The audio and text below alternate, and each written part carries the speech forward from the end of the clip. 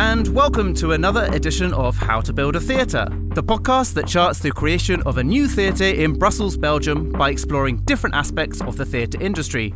My name is Edward Macmillan, Artistic Director and founder of the Bridge Theatre here in Brussels, Belgium.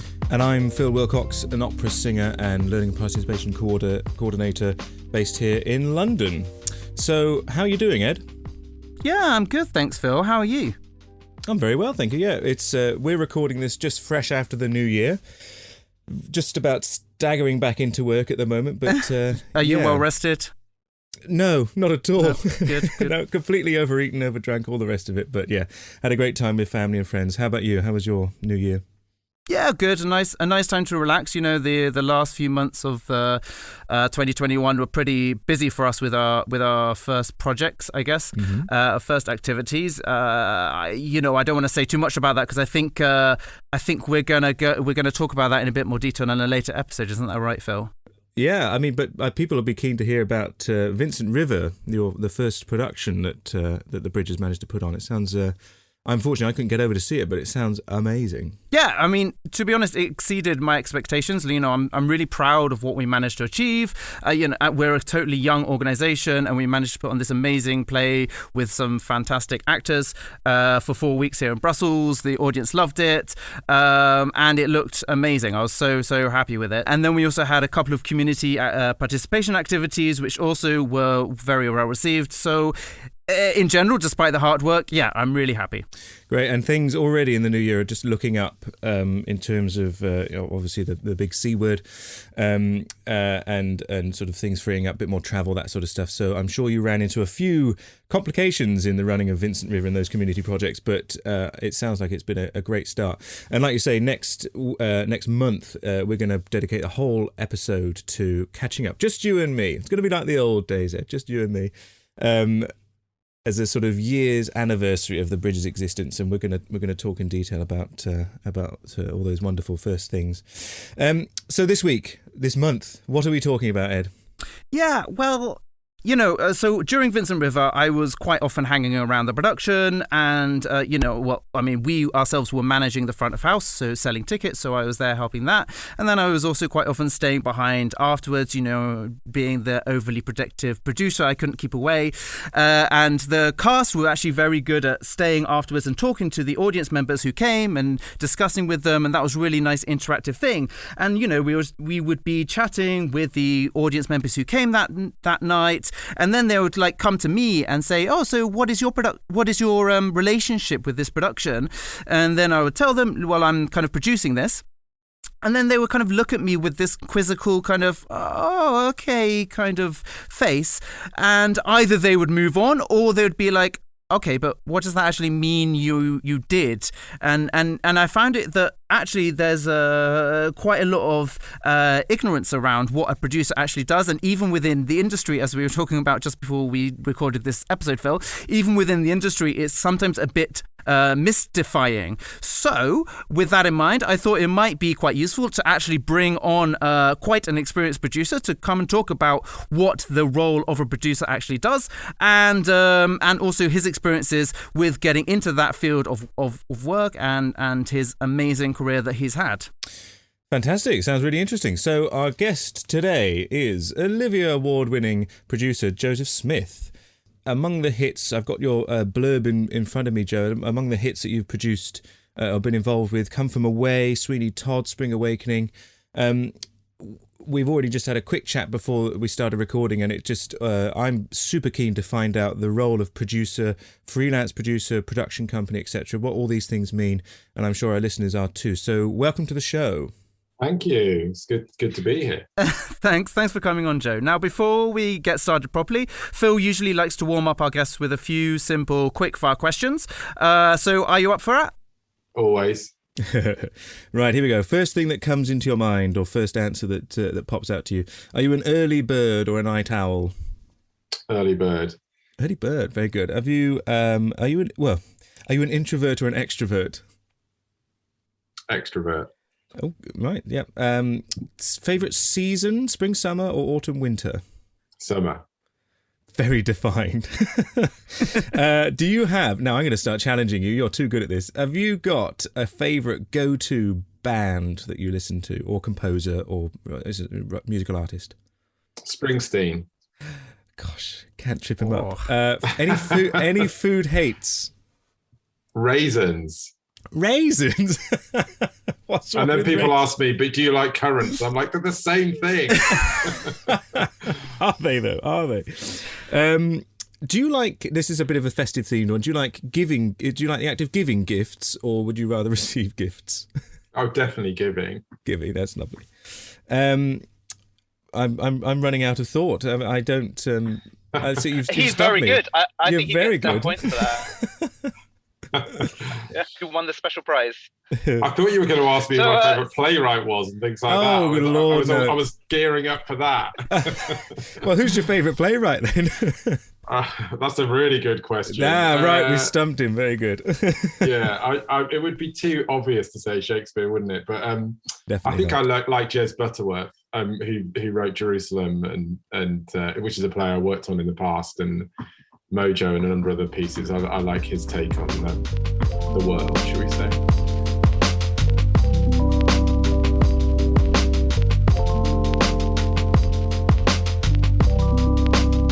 So before we actually, I think everyone really wants to know what is a producer, but before we actually get there, I'd like to hear a little bit about your journey from basically school. How did you get from there to where you are now, roughly, and any interesting things that happened along the way? I mean, did you know back then that you wanted to be a producer, or did you kind of come across it later in life? How did that happen? Well, I think just to give a little bit of context, I'm for my sins, I'll do this live on air. I'm 50 now, so I guess going right back, say 35 years to when I was reaching the end of my school days, the word producer wasn't really one that was common in the vocabulary when it came to theatre. Probably was more in film, and people had their own perceptions of what that was. So certainly 35 years ago, I had no idea what the role was. I guess my connection to the industry was that my mother ran an amateur arts centre in the town I was born in, which is Wisbech in Cambridgeshire. It's an old Georgian theatre, still running actually. And I really sort of helped out there from a very early age, and all the things that you just talked about actually, box office, backstage, lighting, sound, stage management, all those roles that, and performing as well, and all those roles that in amateur or community theatre, you're asked to participate in at an early age. I guess I wanted to participate in, but more because I probably wanted to see my mum, not a bit more, and not have her disappear in running the theatre 7 days a week, because as we all know, it's an all-encompassing role. So I guess my early career in theatre started at a place of doing a bit of everything really, and then as the sort of pressure mounts to sort of start deciding what you want to do at college and university, I still didn't really know at 18. Applied for a lot of kind of random courses in media studies and stuff like that, got turned down by all of them. This is university I'm talking about here. And just by chance, I applied for 2 courses, one which was a theatre studies course and another one which was a performing arts course. But the performing arts course in Leicester actually had a specialisation you could do in arts administration. And I guess 30 years ago, there was very little training for producers or administrators in the theatre, and certainly the word wasn't used in any great way. So I felt a bit like I didn't quite have the resilience to want to train as a performer. So maybe I'd be more interested in the backstage world of theatre. So I did the performing arts degree in Leicester, but I majored in arts management or arts administration. And I guess during that 3 years, it was a very vocational education. So a lot of it was off campus, doing placements at theatres around the country, doing projects with the drama and the music students. I got to understand a bit more about what a producer does, I guess, and to start focusing my own skills in that area. And I mean, before I go on and chart the rest of my career really quickly, so we're not here all day, I guess the bit that I really understood during that 3 years of education was a producer does many things, but first and foremost, they are the protector or the custodian of the artistic idea. So that may be an artistic idea that they had, or it may be one that a director had, or it may be one that another creative had. But the producer's role is really to nurture and protect and support that idea through from the idea to the delivery on stage. So what does that really mean? It can mean a million different things. It can mean supporting the creative process with your own ideas and thoughts. It can be raising finance to enable the project to happen. It can be working out what the external communications of that project are, i.e. to potential audiences, not just what the poster looks like, but how do you market that show? How do you sell that show? How do you make that show an appealing thing to want to come and see? It's a problem-solving role, so it's absolutely every single day about being alert to any changes in the dynamic of any particular project and how that's going to work. So negotiation is a very key part of it, and also kind of communication on the broader sense. You are the kind of linchpin for all the communication on a particular project. Everything is going to come through you. So therefore, all decisions, although you may delegate out some of those decisions, all those decisions will be asked to be made by you first. And so really you're the fulcrum of the production. And I think the skill of any producer, successful producer, apart from a bit of luck, massive amount of luck, is it's really understanding when to delegate and when to get involved and roll your sleeves up, and how that process really works and how the balance of those things work.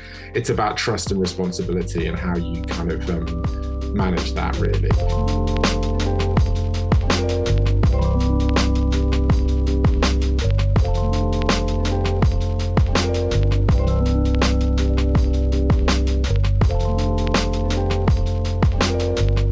So I'm talking in quite the abstract here, but just to go back to my career, I was very lucky, and I left university and went straight to work at the National Theatre in London for 10 years.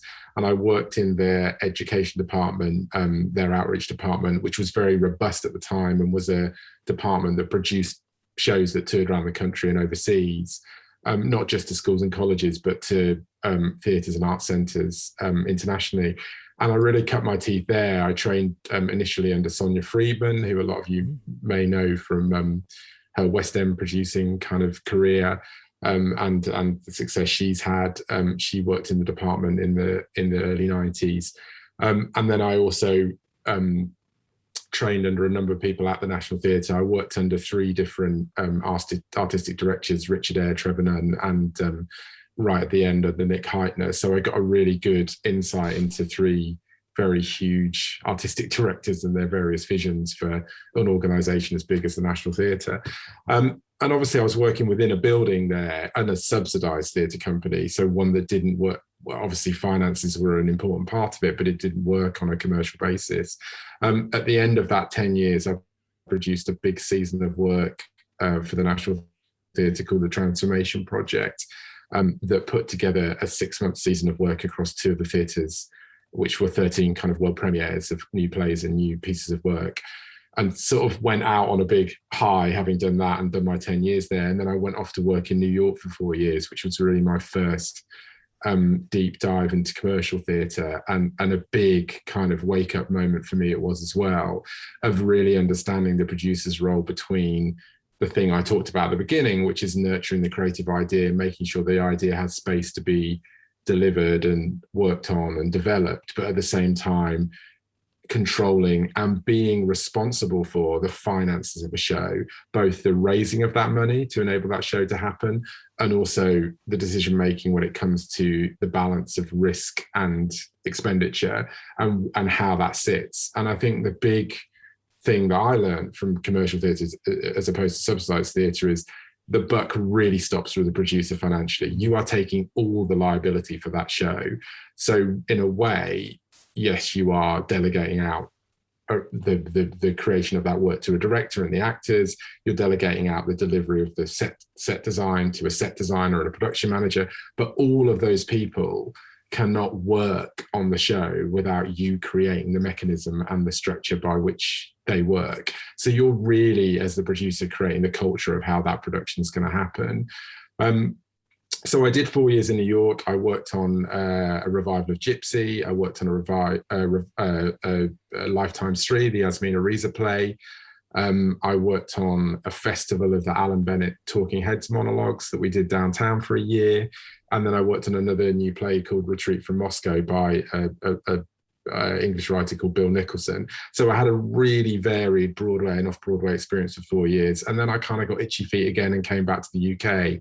And for the next 10 years ran Sally Green's commercial theatre company, which at the time was called Old Vic Productions. So I worked in and around the Old Vic a lot.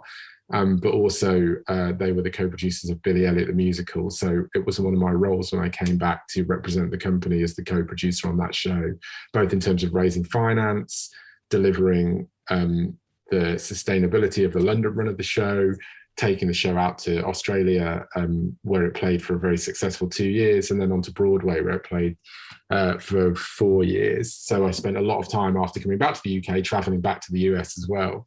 And it was during that time that I also wanted to set up my own company and feel like I wasn't always just working for other people or other producers.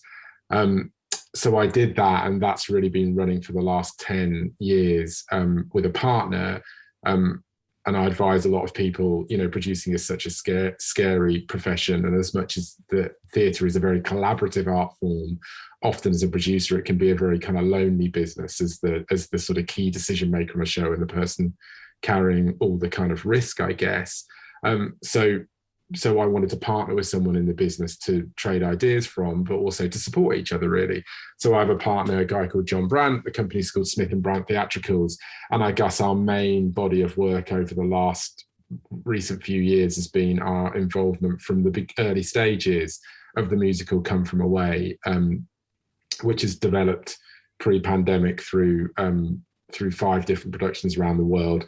We run the UK production, but we have an interest in all the other productions in North America, Canada, and Australia.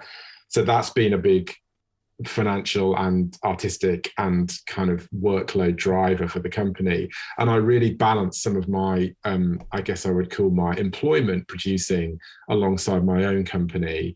And then during that period of the last 10 years, I've also taken on a role as the part-time chief executive of an organization called Stage One, which is a charity that sole aim really is to train the next generation of commercial theatre producers. So we run workshops, we grant bursaries, we make investments in emerging producers' shows, we do placement schemes, we do mentoring, and we do a whole wraparound kind of support network for people who are aspiring commercial theatre producers. And I guess that thing has come full circle for me, because although it's not for school-aged young people, and indeed there's no kind of age barrier to it anyway, because some people decide to come to producing later in their lives, but effectively it's for people who want to be training on the job. And certainly it's something I wish I'd had in my 20s at the National Theatre and early 30s when I went to Broadway, and really had to learn it all myself and learn it on the job with no guidance or mentoring. And I think the organisation and why I love working for it is that we try and get in at that early stage to set people off on the right track, really. So I guess in summary, finally, before I take up your whole podcast, in my current form now, I do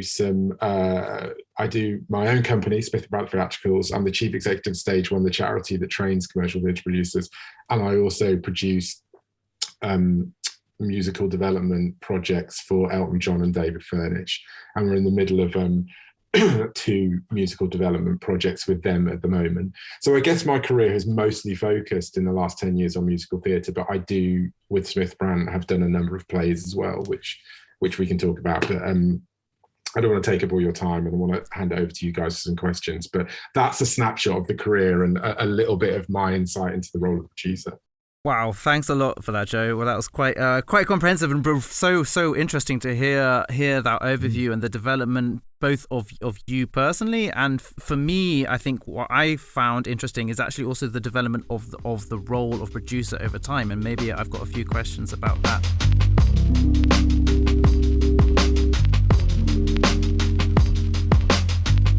I mean, just going back to the question of what is producing, you touched on it there. I mean, I guess partly because it's such an all-encompassing role, and it can be kind of a lot of different things. That's maybe why people have trouble understanding it. And I guess I sometimes tell people it's akin to being a CEO. Basically, it's the head of that particular production company, and you're the one kind of in charge of, as you said, delegating both artistically and in all the other aspects down. Would you see a similarity with that kind of more corporate structure with the role of producing? Yeah, I think so. Although I think that there's a much more kind of, a less kind of vertical kind of and rigid structure for it. And I think that ultimately a producer is there to facilitate and enable a show to happen. And in order to do that, as I said, you absolutely have to trust the people that you choose to work with.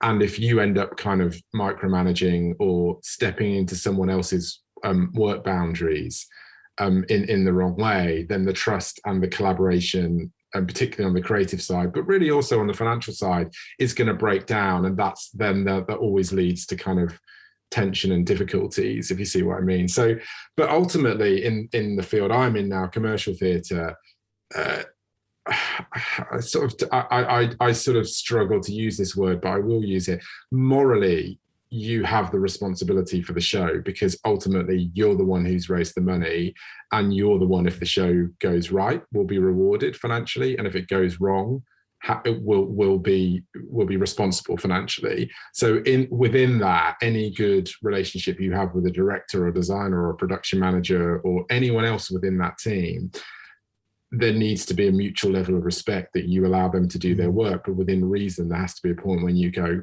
okay, hold on, this is now outside the parameters of what we need to do to deliver the show. And it's where that bit is, and it's not black and white. There's a massive grey area in the middle about how you use your judgment and how you use your skills as a producer to stage interventions or to ask questions that don't derail the process, but at the same time allow it to be accountable, if that makes sense. Yeah. It is great to hear about the human side of things as well, because whenever I hear the word producer, I can't help, of course, maybe this is too obvious to say, but be drawn back to the 60s film, The Producers, the Mel Brooks film. And you just think of, in the more recent production with Nathan Lane and, I can't remember the name of the other actor, bumbling around, lots of steps, Matthew, but thank you, yeah. Bumbling around and they're just trying to find the money and they want to get this play on, they find the director, they all that. Actually, to hear the more, obviously, the real side, the human, the non-slapstick side is lovely. But what, I suppose, in terms of actually getting a play from the seed to the stage, as it were, what kind of comes first? Where do you see, in the timeline of things, rather than the hierarchy, where does production come in? Does the production company find the play, then the director? Yeah, I mean, I just give you one example, but to be quite honest with you, all of them are different. Yeah. I guess one from the last couple of years would be Sam Shepard's play True West, which is a kind of famous play from the contemporary American canon. I saw that play in New York years and years and years ago with John C. Reilly and Philip C. Hoffman, who's sadly no longer with us, and thought it was absolutely fantastic about this kind of warring relationship between these two brothers set against the kind of desert landscape outside of Los Angeles in California. And I've always wanted to do a production of it. And, like all things, you get distracted by other things and other jobs you're doing. But I finally got around to it about 3 years ago and navigated with the rights holders in America that we could have a license for a UK production. And then John and I decided the director we wanted to approach, and chatted to them and said, look, we've got the rights for this play. We think you'd be a really good director to come on board with it. Do you want to come on board with it? And really that was the kind of, I mean, that's coming from the perspective of a play that already exists. So obviously the material is already there. We know what it is. It's got this many characters in it. It's set here, blah, blah, blah. But the skill for us was finding the right director for it, and then starting to build that team in negotiation with that director. Which other people did he want in terms of the creative team, designers, lighting, sound? What was his kind of initial passion and connection to the project. And then really in commercial theatre, which really marks it out differently than the subsidised theatre, a subsidised theatre has a building, it has to produce work in 52 weeks or of the year, and often some theatres, bigger ones, have 2 or 3 theatres within them. You know, it's a treadmill. They've got to be putting work on, so there's always going to be space for ideas to put work on. In the commercial theatre, you have to create a package that is going to be of interest to a commercial theatre owner. So the absolute key thing in the project that I've just outlined, the True Rest project, was going to be the casting. And I, as a producer, had one eye on bringing on board a director who I felt would not only suit the play really well and the sort of, not the vision I had for the play, but just some of the ideas of why I loved it. You know, were going to be symbiotic with the director, but also had the ability, if we put the legwork in, to meet certain actors and be charismatic and persuasive and, you know, communicative about his or her vision for the project, in order to kind of hook those actors in and want them and have them want to work on the project. So it took us 18 months to cast that show, and that's an existing piece of material that's a very famous play in America. And it all came to fruition when we got the actor Kit Harington to meet with the director, and they got on really brilliantly, and he committed to the project. And that really was our kind of commercial driver. We had our play, loved it. We had our director, really experienced, and we got on with him. And then we had our star actor in one of the parts, and that was the package. And then we were able to go out to West End theatre owners and go, okay, we've got this package. We've got an idea of dates about when our director and actor is available. We're not going to push the button on developing this project too much further until we know we can secure a theatre for it. So then we went into the process of trying to secure a theatre. One of the big roles in theatre producing is negotiation, knowing what asset you've got, what the value of that asset is, and I don't mean value financially, but just in terms of the excitement in what that package is, and then figuring out what you want to do with it and how you want to take it forward. So you're at that point, you're both a salesman, you know, to theatre owners and potential investors and other people you want to draw into your team to help put that production on, but you're also a sort of scheduler, and you're juggling many people's different availabilities and dates and stuff, including the theatre owner. And then, you know, a big part of producing is also the negotiation. You know, I always have a big mantra in theatre producing that when anyone says, well, that's the deal, I always go back to anyone I'm working with and say, everything's negotiable. Just never forget that. It's not like walking into a shop and paying 99p for a tin of beans. Anything you're presented with financially is a negotiation. And often that financial proposal at the beginning is purely the starting point and not the place you're going to end up at. So on every bit of the journey, it's negotiable. And at any point in that process, you know, your aim is not to do everything as cheap as possible, because then you don't get the best work, but your aim is to find a balance between creating a financial model that works, but also rewarding people if it works, if you see what I mean. So everyone feels like they're buying into it, literally and figuratively, if you see what I mean. And if it all goes well and everyone's pulling in the right direction, with a bit of luck, it's going to work financially.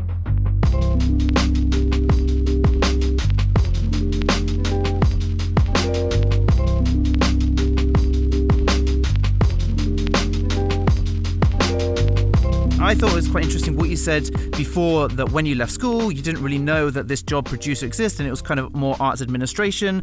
But then, obviously, like in the US, the commercial model of theatre is much more developed than, well, it used to be much more developed than it is in the UK. And how did you? The question is, I guess, the development of the role of the producer. How have you seen that changing over time? Has it really been influenced by the US? What kind of, have there any been pivotal moments in terms of the job of producer? How has that changed over your look, career? I think with my commercial perspective on, it's changed radically over the last 20 years, and without being too kind of dismissive, it's very easy for an individual to call themselves a producer now by either writing a check and putting a large sum of money into a production and having their name in the program or what have you, or going out and raising a bit of money and representing a group of investors on a show. And I'm not saying that isn't valid, because that's the economy and the way we work. What I would say, that isn't really producing. That's kind of a more substantial form of investing. And it's often the way people choose to get into the industry and get access, because whether you like it or not, in most industries, money gives you access.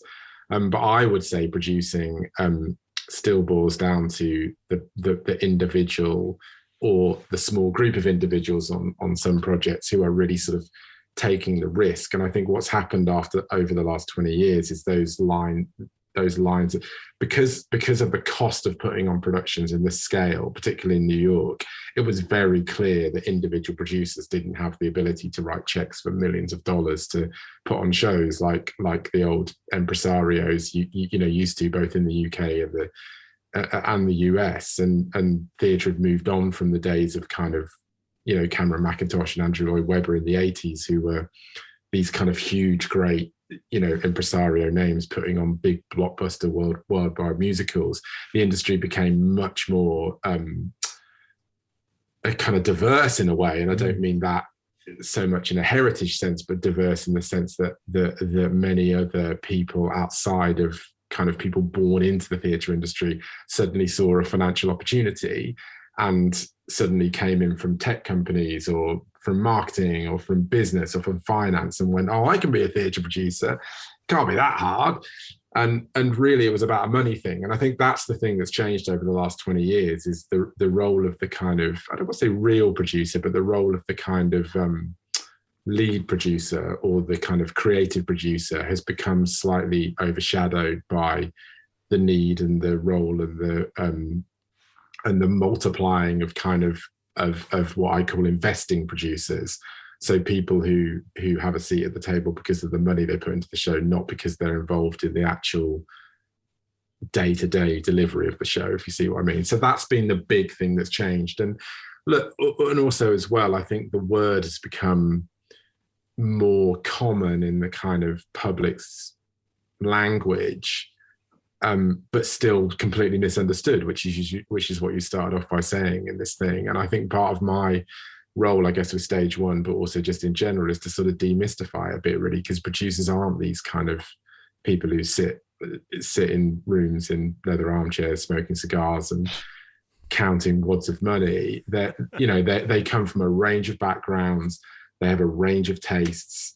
They work across the subsidized sector, the commercial sector, the community sector, in prisons, in village halls and whatever. And I think the common thing that brings us all together across that varied kind of landscape is this idea that you are there because you're passionate about theatre and you want to enable it to happen. You want to enable it to happen from an early stage. And I think the golden thing with most producers is wanting to be involved in that early stage so they can have not control of it all, but they can have an influence about how the thing is put together.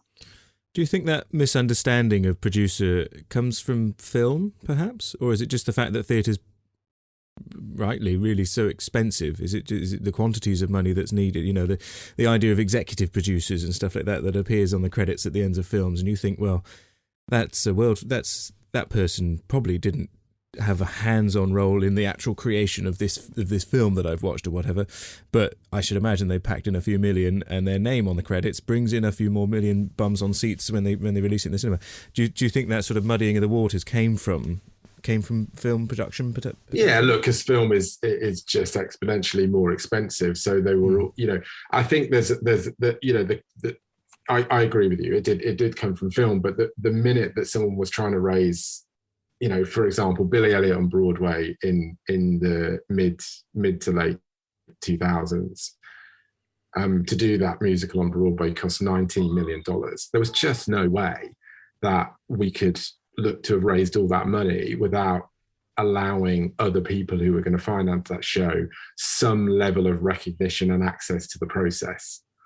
So I think your job in the commercial sector to kind of balance out that need for incredibly large sums of finance, is to figure out as the kind of, let's call it the producer who's doing the work, the lead producer, the kind of line producer on the show, you have to kind of figure out how many people and what expectations you can manage in order to both raise the finance for the project, but not make your whole job about managing the people who gave you the money, if you see what I mean. Because what you really want to do is manage how the project is delivered, not so much everyone's kind of competing ideas and thoughts about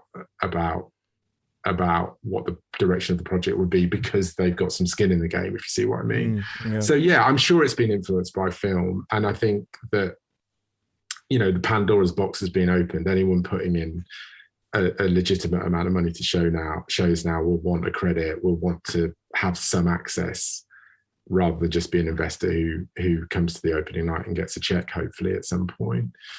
So I'm just talking purely about the commercial theatre. Obviously, in the subsidised theatre, there's specific roles. They don't have executive producers and endless people credited on the subsidised theatre, because ultimately the form of subsidy, you know, in some senses, the biggest investor in the subsidised theatre in the UK's context is the Arts Council, and private donators and funders, and then obviously the box office income. Usually in the subsidised theatre, it splits a third between subsidy, box office, and philanthropic giving.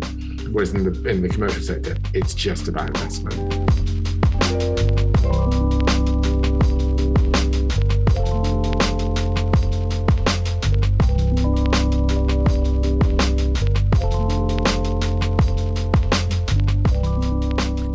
I mean, this is absolutely fascinating, Joe. I mean, I kind of feel we could talk about this all day. I realise we haven't mentioned at all in this conversation, which is very nice, the dreaded C word and COVID. And so how's it been the last couple of years, and how are you planning to progress, bearing in mind we're still in this kind of uncertain situation? Yeah, look, it's very hard. Coming from where I've been running a year when we shut down in March of 20, which seems like beyond an enormous amount of time ago. We were shut for 485 days, which is insane when you think about it. We opened up again in July, so we've been shut for a good 16 months, I think. And we're running still, but the industry is kind of wounded. You know, it doesn't have the strength it had pre-pandemic. Obviously, with the new Omicron variant, it feels like we've been sort of kicked in the shins twice, because just as we're all getting back on our feet again, and that period between July and kind of November was a relatively good period for theatre in this country, and then just as we felt like we were approaching the kind of bumper season of Christmas, suddenly the virus came back and bit us in the behind again, and a lot of shows shut down for a week or two and stuff like that, and it feels like we've been dragged back to the winter of 2021. That's what it really feels like to me, and although we're not closed, you know, it's a struggle, and I don't know quite what the future's going to be. I definitely think there's going to be quite a few shows in London that will close in the first 6 months of this year. Obviously, we've seen 6 shows announced closing on Broadway over the last week. I think there's a fair amount of pain that's going to happen. I hate to say it. We've got a tour that goes into Tech next week. We've had to delay by a week. We've had to cancel the Scottish dates because of the restrictions in Scotland. So yeah, it's everywhere at the moment. You know, and I say to the people I teach with on Stage One, it won't be like this forever. And this isn't usual for producing the last couple of years. And I can't tell you to stick with it, because I can't tell you it's going to get any easier anytime soon. But if you still love it, stick with it, and we'll work our way through it. And I think one of the things we did with Stage One, it has a kind of modest endowment, and we released some of the money from the endowment and created a hardship fund. So a lot of the,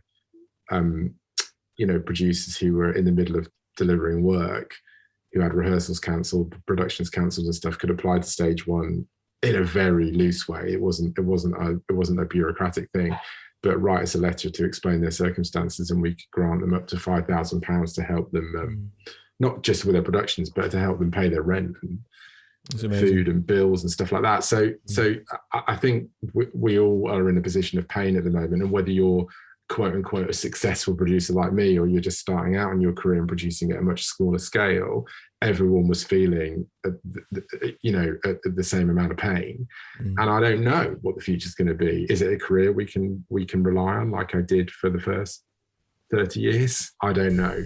I don't have the answer to that question at the moment. Sorry to be a bit depressing, but it's all about audience confidence, and unless we can get that back, which works hand in glove with politically and socially how it works, then it's tough. It's tough. You're right. It was people just started to vote with their feet, didn't they? Essentially, as it were. They just started to not come out before Christmas. Well, you provided a brilliant segue, actually. I just wanted, just because I know we're coming right to the end, I just wondered if I feel it would be we'd be missing something if we didn't talk just briefly about stage one, which sounds fantastic. What you were describing there, in terms of training the next, as you put it, the next tranche, the next set of producers.